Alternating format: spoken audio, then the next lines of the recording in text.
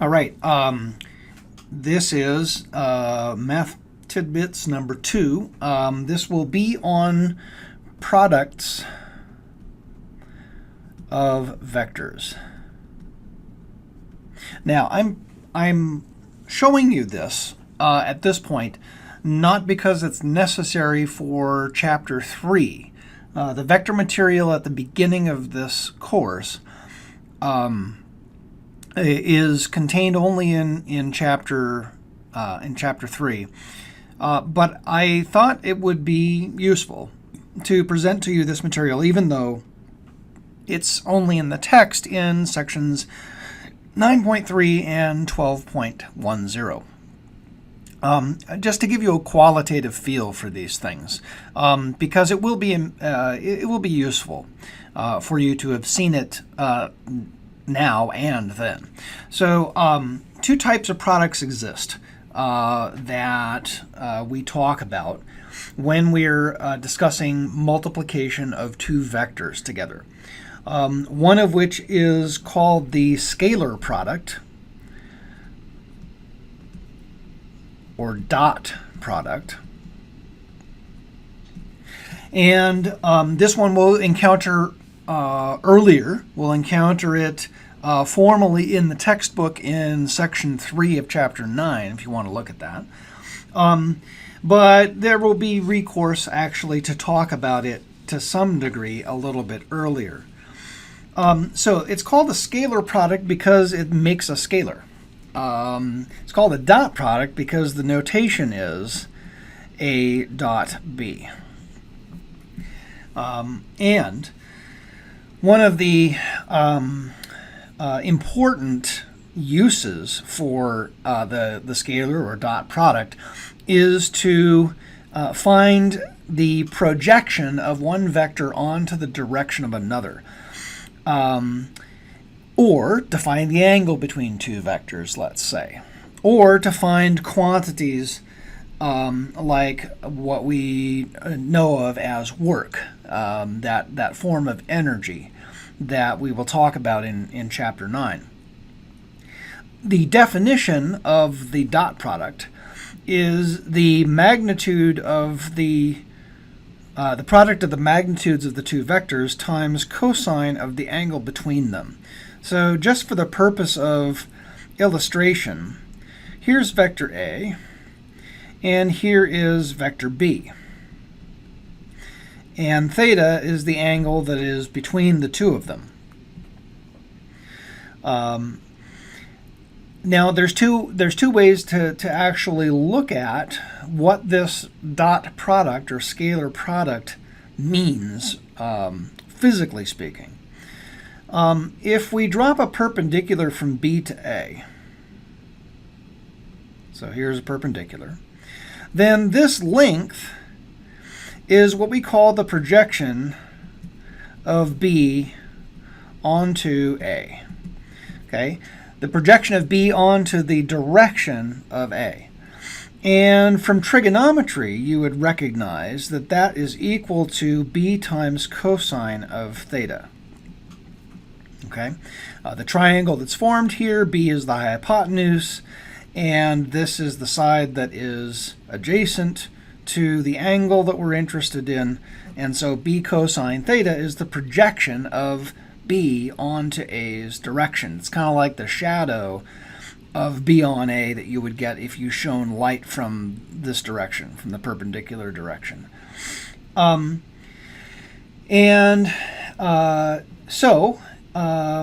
The projection of B onto A is B cosine theta, so the dot product is just the magnitude of A times the projection of B onto the direction of A.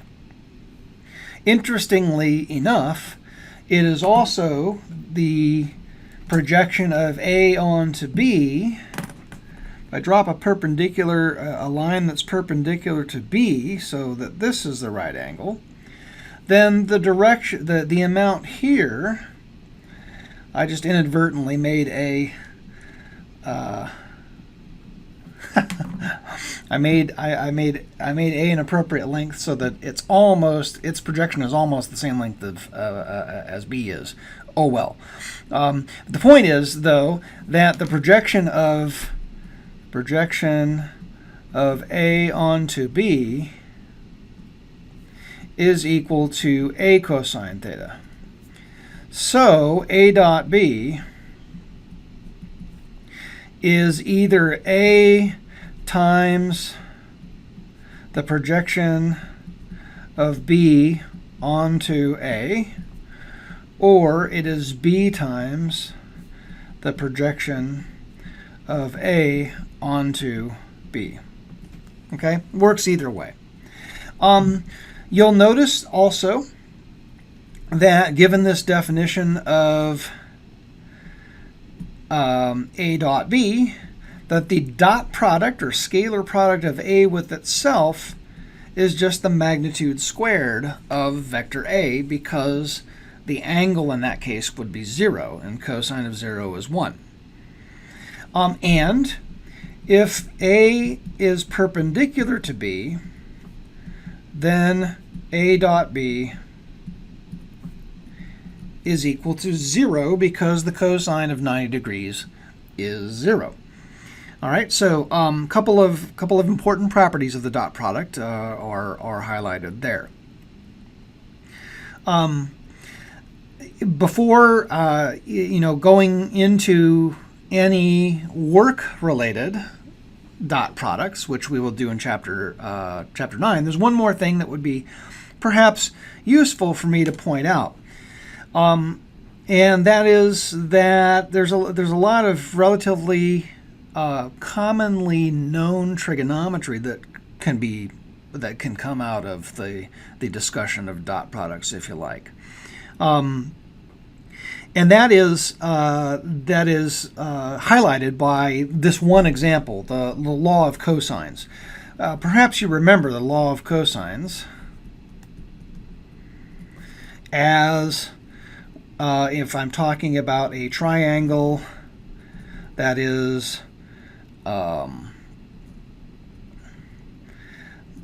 made up of sides that are A, B, and C long, then and if the angle between A and B is phi, then the law of cosines says that C squared equals A squared plus B squared minus 2AB cosine phi. Right? Well, we can get this from the dot product, in fact, in an interesting way. So the way that I've constructed these vectors, so now I'm going to make them vectors. A plus B is equal to C. C is the resultant of A plus B, as we discussed last time. Okay? Well, if this is the case, if C is the resultant vector from the addition of A and B, then if I take C dot C, I'm going to get the same thing as if I take A plus B dot A plus B. All right? The left-hand side is just C dot C for the moment. And the right-hand side, we can FOIL this out just as though it were a normal garden variety product. So I've got A dot A, and outside terms I've got A dot B. Inside terms I've got B dot A. And finally I've got B dot B. Now, we should note that the scalar product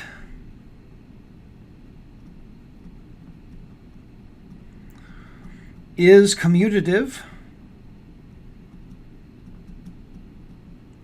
so that A dot B and B dot A are the same. So this would be 2 times A dot B. This guy, given our previous discussion, is C squared. This is A squared.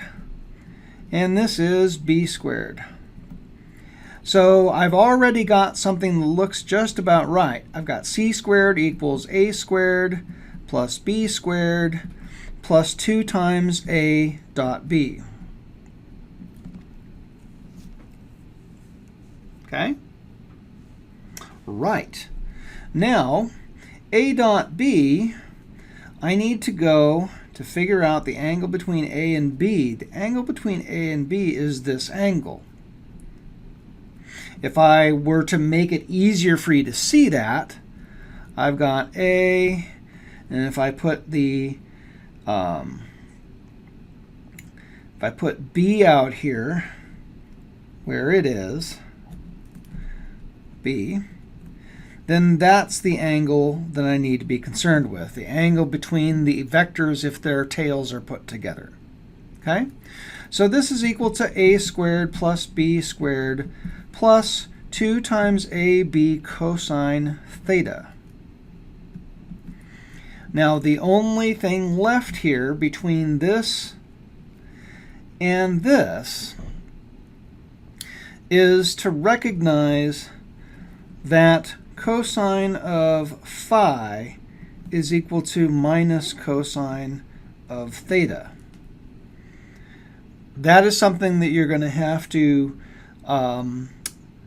remember based on the relationship of the angles theta and phi.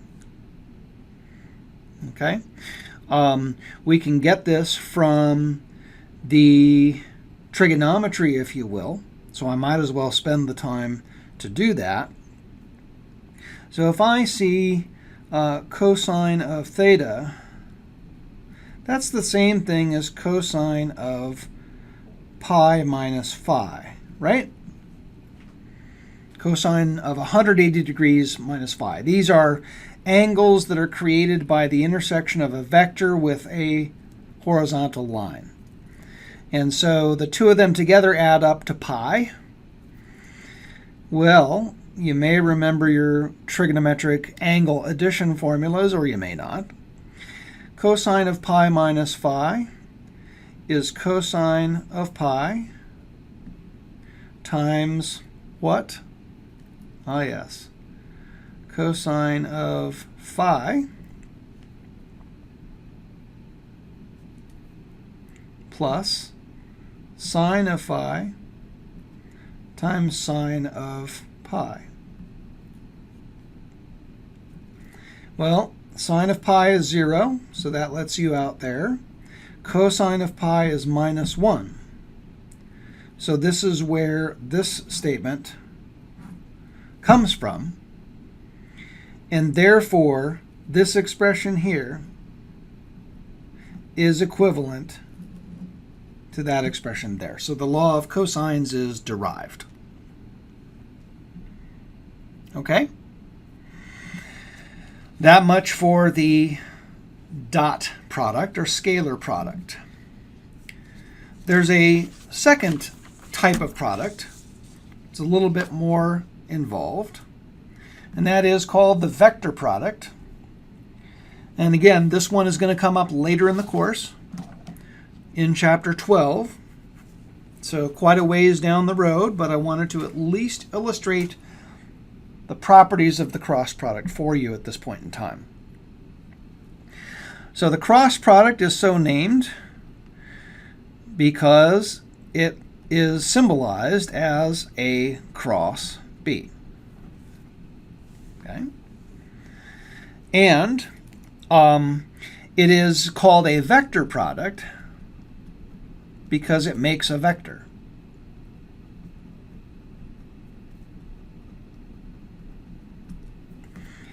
So it's called a cross product because of the notation. It's called a vector product because it makes a vector. First, by way of definition, the magnitude of C is equal to the magnitude of A times the magnitude of B times sine of the angle between A and B. So let's draw our friends A and B again.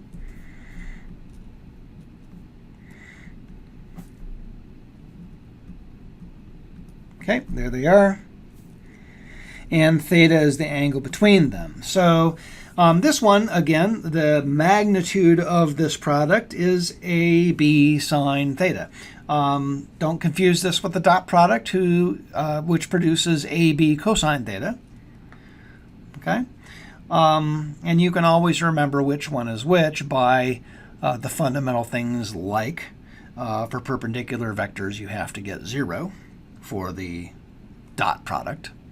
And if we were talking perpendicular vectors, sine of theta would be 1, and so no, I know it has to be cosine for the dot product and sine for the cross product. Anyway, that's the magnitude of this product. Where do we get the direction? Well, we have to use what's called the right-hand rule. There are many different ways to specify the right-hand rule. I'm going to show you the one I think is foolproof. It's much easier than some others that you will sometimes run across. And that is as follows. I find the smaller of the two angles between A and B. Okay, so I look for the smaller of the angles.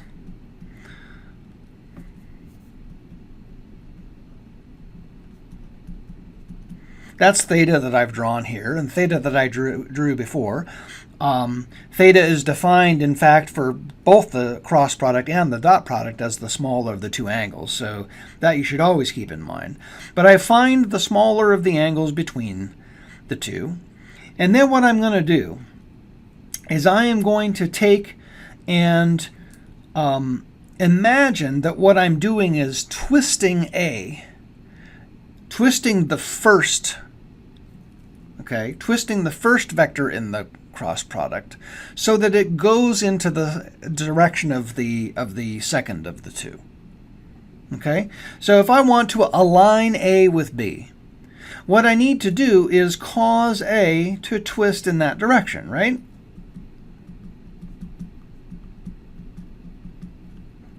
There's no H in a line. Okay, so I need to twist to align A, the first, with B, the second, in the product. Okay, so I get this sense. And these vectors could be in any plane, anywhere, and you should be able to do this. Sometimes your hand won't cooperate, so you have to be careful.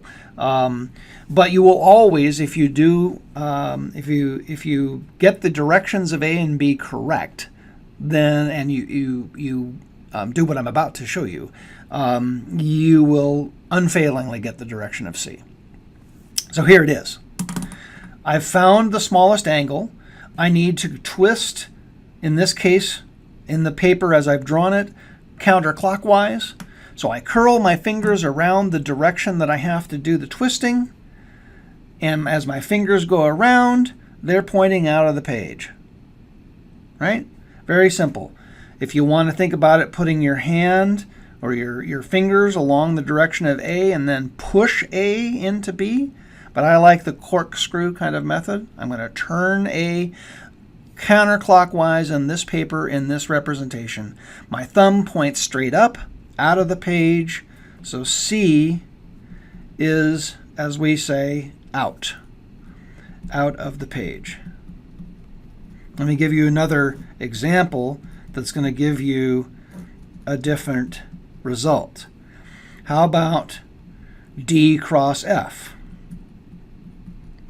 D cross F, if it equals G, I now notice that I have to twist D in a clockwise fashion, so I have to turn my hand the other way to get my fingers to curl around, unless I'm double jointed, which I'm not. I have to turn D like this, and my thumb goes into the page. So D is into the page. You'll get a lot of practice with cross products and figuring out the right-hand rule later on when we do things like torque. Torque is a great example. Torque, twisting. This is why this is a really helpful way of thinking about what the direction of the cross product is you've got in your mind this idea of what I have to do to turn something one way or another. And so I think it is relatively helpful to think in those terms. All right. Just a couple of things that fall out of the definitions as given. A cross A is going to equal 0. A vector crossed with itself is going to equal 0. Partly you want to think about that in terms of how much twisting I have to do to get vector A to line up with A. I don't have to do any. The angle between A and A is 0, and sine of 0 is 0. So no zero cross product for a vector with itself. And then the maximal value of a cross product is AB, and this is when A is perpendicular to B. So when the two vectors are perpendicular, their cross product is the biggest. And when they are parallel, it is the smallest. Okay? So that much for, that's all we really need to do at this point in time in the semester to talk about these two types of products. We will make further definitions later on that will be somewhat more complex. But at this point, I think it's good enough. So see you next time.